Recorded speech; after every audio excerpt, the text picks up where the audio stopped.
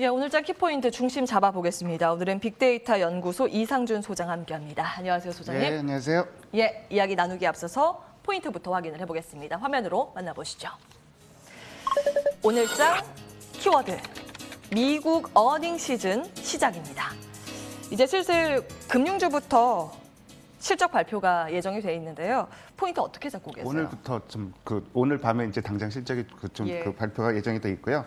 뉴욕 증시 이름은 원인지 앵커가 아까 앞에서 정리를 다 해주셨는데 제일 많이 오른 게 나스닥 지수고요. 역시 뭐 금리가 큰 폭으로 떨어지면서 그런 부분이 좀 요인으로 작용했습니다.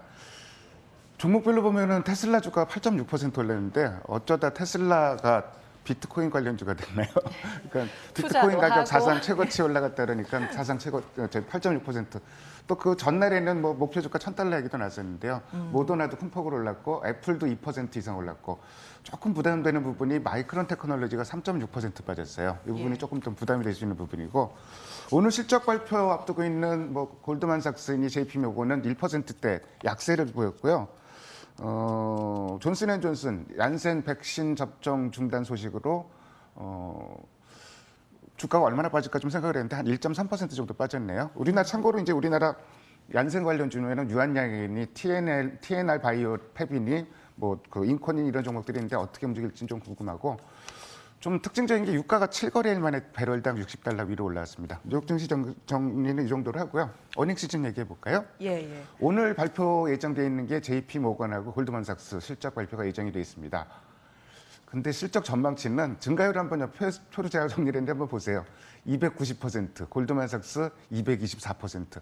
작년 1분기가 워낙 나빴기 때문에 실적은 어마어마한 서프라이즈가 어마어마한 수치가 나올 것 같은데 중요한 거는 추정치보다 잘 나오느냐 못 나오느냐 이게 중요한 포인트일 것 같고 또 한 가지 포인트를 짚어드리면은 내일 델타항공 실적 발표가 예정돼 있는데 적자가 확대될 것 같습니다. 근데 눈높이가 워낙 낮아져 있기 때문에 눈높이보다 실적이 뭐 적자 폭이 축소된다든지 이러면은 항공주도 조금 모멘텀이 있지 않을까 좀 이렇게 좀 한번 기대를 한번 해보고요. 근데 그건 나오고 나서 판단해야 되니까 예. 좀 그런 부분이 좀 있는 것 같습니다. 항공이면 국내 뭐 대한항공, 아시아나항공 말씀하시는 대표적으로 거예요? 대한항공인데 대한항공은 1분기 실적도 좋게 나올 것 같아요. 왜냐면은 이 여객 쪽 부분이 부진한데 이걸 다 화물로 돌렸거든요. 예. 그래서 화물 운임은 조금 떨어지는 건 부담인데 실적은 나쁘진 않을 것 같고요.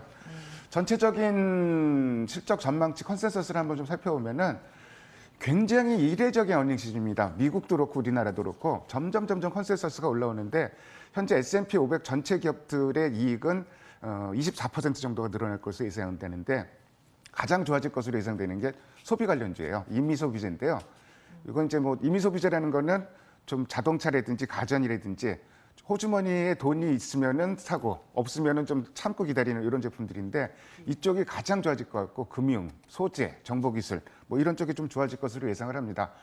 자, 우리 시장도 한번 좀 컨센서스 변화를 살펴볼 텐데 우리 시장도 글쎄 우리나라 어닝 시즌 맞아갖고 예. 컨센서스가 계속 올라가는 기억 별로 없죠 최근에는. 반도체랑 2차 전지 정도 뭐 아닌가요? 그 정도면 그렇죠. 근데 예.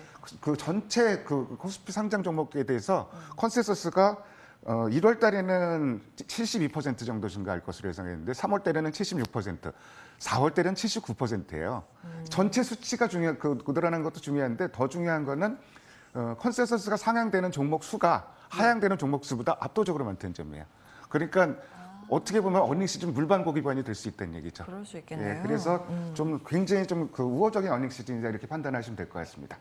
물반, 고기반, 기회가 굉장히 많다. 예, 맞습니다. 이런 선택의 관점에서 폭이 넓습니다. 예. 말씀 주셨습니다. 자, 그러면 수급 특징주에서 그 힌트를 얻을 수 있을까요? 요즘 기관과 외국인이 어떤 종목 사는지 정리해 볼까요? 어제는 그야말로 대형주 장세였는데요. 어제 뭐 열심히 산 종목들이 LG화학을 정말 강하게 좀 쌍끌이하는 모습이 나왔고요. 그리고 삼성 SDI라든지 삼성물산 이런 종목들도 쌍끌이했고 특별히 외국인들이 SK그룹에서 요새 이제 SK텔레콤의 지배구조 변화에 대해서 여러 가지 얘기들이 많잖아요. SK그룹주를 외국인들이 열심히 산 게 좀 눈이 확 들어오네요. 텔레콤, 이노베이션, 하이닉스 이런 종목들을 샀고 코스닥에서는 최근에 정말 저희 버린 주식 취급받던 주식이 있어요. 바이오주들. 근데 최근 들어서 쫙 올라옵니다. 수급도 들어오고 어제 셀트리온 헬스케어라든지 셀트리온 제약 같은 종목들 좀 외국인 기관이 사는 종목들 좀 눈에 좀 들어오네요. 연초에 사실 바이오는 초상집 분위기였어요. 근데 요즘 많이 바이오가 살아나고 올라와야지 있는데. 또 코스닥이 1000스닥에서 2000스닥 가고 좀 이런 그 상황이 좀 나올 거로 좀 기대를 한번 해봅니다. 예. 이 중에서 눈에 탁 들어온 종목 한 종목만 좀 꼽아보는데요. 삼성물산입니다.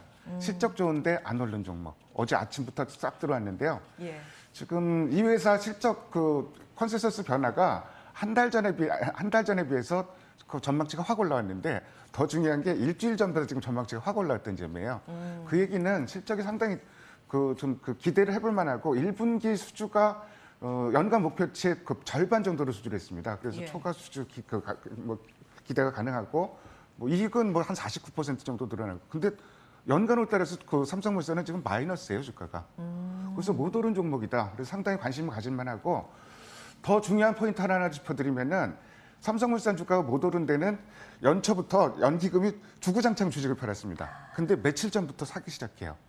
이 굉장히 큰 변화가 일어났는데 이런 흐름이 먼저 나타났던 게 지주사급에서는 SK가 3월 말부터 연기금이 SK를 사기 시작했거든요. 계속 팔다가 그러면서 주가도 돌아섰는데 예. 그런 맥락으로 조금 기대를 해봐도 되지 않나. 뭐 증권사 평균 목표가 뭐 기준으로도 한 30% 정도 좀 괴리율이 발생하고 있고. 업사이드로. 예. 그래서 좀 오늘 수급 특징주이기도 하고 오늘 관심 가져볼 만한 종목으로 삼성물산 한번 좀 제시를 해봤습니다. 예, 사실은 삼성물산 자회사가 삼성바이오 로직스이다 보니까 네. 이제 바이오에 대해서 편중치가 높고 여기에만 시선이 쏠렸었는데 네. 이제 이 가치보다는 본업이 살아나고 있다라는 본업이 리포트가 상당히 좋습니다. 많이 올라오고 있긴 해요. 뭐 올해 산사, 배당도 패션. 좀 많이 하지 않겠어요? 작년에 예. 2,800원 했는데 주동에 한증권사에서는 3,500원 정도 예상을 하는데 그러면 배당 수익률이 2.6%, 2.7%가 나와요. 배당 관련주로도 좀 기대를 해볼 만합니다. 네, 삼성그룹 자체가 주주 친화 정책을 쓸 수밖에 없는 지금 그런 상황이기 상황, 때문에 맞습니다. 예, 예, 맞습니다. 이제 관심권에 둘만한 종목 삼성물산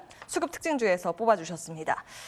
시장 전반적으로 봤을 때 코스닥이 지금 1000스닥을 예. 밟지 않았습니까? 이제 상승세가 뭐 중소형주가 갔다가 대형주가 갔다가 왔다 갔다 하면서 예. 계속 이제 강한 상승세가 시현되고 코스닥도 있는데요. 중형 소형주만 쭉 올라가다가 최근에 대형주 쪽으로 매기가 돌아오고 있는데 이게 이제 원래 대형주 올라가는 장세는 지수만 올라가고 재미없는 장세로 생각하기 쉬운데 그렇죠. 지금 흐름은 어느 한쪽이 막 올라가는 게 아니라 좀 저변이 넓어지고 있는 시장으로 보면 될 것 같고요. 전형적인 상승 장세가 예, 되는 그렇죠. 굉장히 좀 흐름 자체는 좋다고 보는데 제가 굉장히 재미있는 현상을 하나 발견했어요. 그러니까 그 코스닥 수급을 살펴보는데 한번 주체별 그 그림을 한번 좀 보여드릴게요. 4월 달에 전체적으로 외국인은 코스닥을 사고 기관은 파는 걸로 나왔는데요. 근데 그 기관을 좀 세분해서 보면은 굉장히 재미있는 현상이 발견됩니다. 자, 외국인 샀는데 국내 기관 그 중에서도 좀 그 메이저 그 기관이라고 할 수 있는 데가 투신연기금 보험이죠. 예. 투신연기금 보험을 샀어요. 어디서 그럼 주식을 많이 팔았냐? 사모펀드, 기타금융, 그리고 그 금융투자 같은 경우는 프로그램 매매하는 쪽이거든요. 예. 그러니까 고루고루 주식을 사고 있고 그렇기 때문에 실질적인 수급 흐름은 굉장히 좋다 이렇게 보는 게 좀 합리적인 판단일 것 같아요. 예, 그렇죠? 그러니까 금융 투자를 프로그램 매매라고 하셨는데 그냥 프로그램 매매가 지수 오르면 많아요. 사고 떨어지면 팔고 굉장히 단기 단기 성향으로 좀 많이 관점이고 움직이고 이제 연기금이나 투신이 긴 예, 호흡으로. 투신이 굉장히 많이 사고 있다는 거는 각 주체가 고르고 사고 있다는 거는 수급이 굉장히 안정적인 상황이다 이렇게 보면 될 것 같고 예. 여기서 한 발 좀 더 나가보죠. 그러면은 4월 달에 어떤 종목들 샀는지 좀 살펴보는데 겹치는 종목들이 좀 많아요. 제가 지금 빨간 분홍색 선으로 표시된 종목이 두 그 기관 이상이 좀 겹쳐서 사는 종목인데 저 네 주체가 똑같이 사고 있는 종목이 한 종목 딱 있네요. 에코프로비엠. 오. 예, 에코프로비엠은 네 주체가 다 사고 있고 전기차 스튜디오 쪽. 드래곤이라든지 LNF, PSK 뭐 이런 종목들이 그 좀 중복적으로 사고 있는 종목들인데 네. 이 중에서 뭐 에코프로비엠 최근에 뭐 상당히 좀 그 강하게 올라가는 종목이고 더불어서 뭐 스튜디오 드래곤 같은 경우도 최근에 좀 아주 긍정적인 시각이 많이 나오고 있는데 이런 수급에 계속 주목하면서 이런 그 수급 흐름을 보면서 좀 그 코스닥을 접근하는 것도 나쁘지 않은 전략일 것 같습니다. 여기에서 뭐가 제일 좋아 보이세요? 한 종목이요. 예. 스튜디오 드래곤. 스튜디오 드래곤. 예. 반도체, 2차 전지, 컨텐츠 이렇게 예. 세 개로 압축이 되는데 컨텐츠 스튜디오 드래곤이 제일 예. 좋아 보인다. 왜냐면 알겠습니다. 예. 에코프로비엠이 더 좋아 보이긴 하는데 에코프로비엠은 또 최근에 저희 합의되면서 주가 한 번 확 올랐잖아요. 예. 그래서 지금 어느 시점에서는 스튜디오들하고는 한번 말씀드리고 싶습니다. 오늘은 여기까지 빅데이터 연구소 오늘 이상준 전략 갈만하게 좀 말씀드릴게요. 꼭 하실 뭐 말씀이 이렇게 있으신가 봐요. 예. 지금 시장에서 제일 고민되는 부분이 뭐냐? 아까 선택의 폭이 넓어졌다고 말씀드리는데 예. 문제는 실적 좋은 종목들이 주가 오른 종목들이 너무 많다는 얘기예요. 그래서 지금 새로 살려면은 조금 부담이 될 수 있는 상황인데 그래서 오늘 그 전략을 한마디로 이야기하면은 덜 오른 종목 찾기. 그래서 대표적으로 아까 얘기했던 지주사 성격의 종목들, 삼성물산, SK, 그다음에 LG 이런 종목들하고 지금 공장 그 부분 조업 정도는 들어갔는데 그것 때문에 좀 주가가 못 오르고 있기는 한데요. 글로벌 자동차주에 비해서는 우리나라 자동차주가 너무 쌉니다. 그래서 자동차주 이렇게 좀 실적은 굉장히 좋아질 것으로 예상되는데 못 오른 종목을 찾아가는 것도 현재 시점에서는 하나의 좀 그 대안이 될 것 같습니다. 예. 끝까지 좋은 전략들 꽉꽉 담아 주셨네요. 오늘 시간이 좀 밀려서 시간이 예. 없었어요. 예. 그래도 빠르게 핵심만 딱딱 체크해 주셨습니다. 빅데이터 연구소 이상준 소장과 함께했습니다. 고맙습니다. 네, 감사합니다.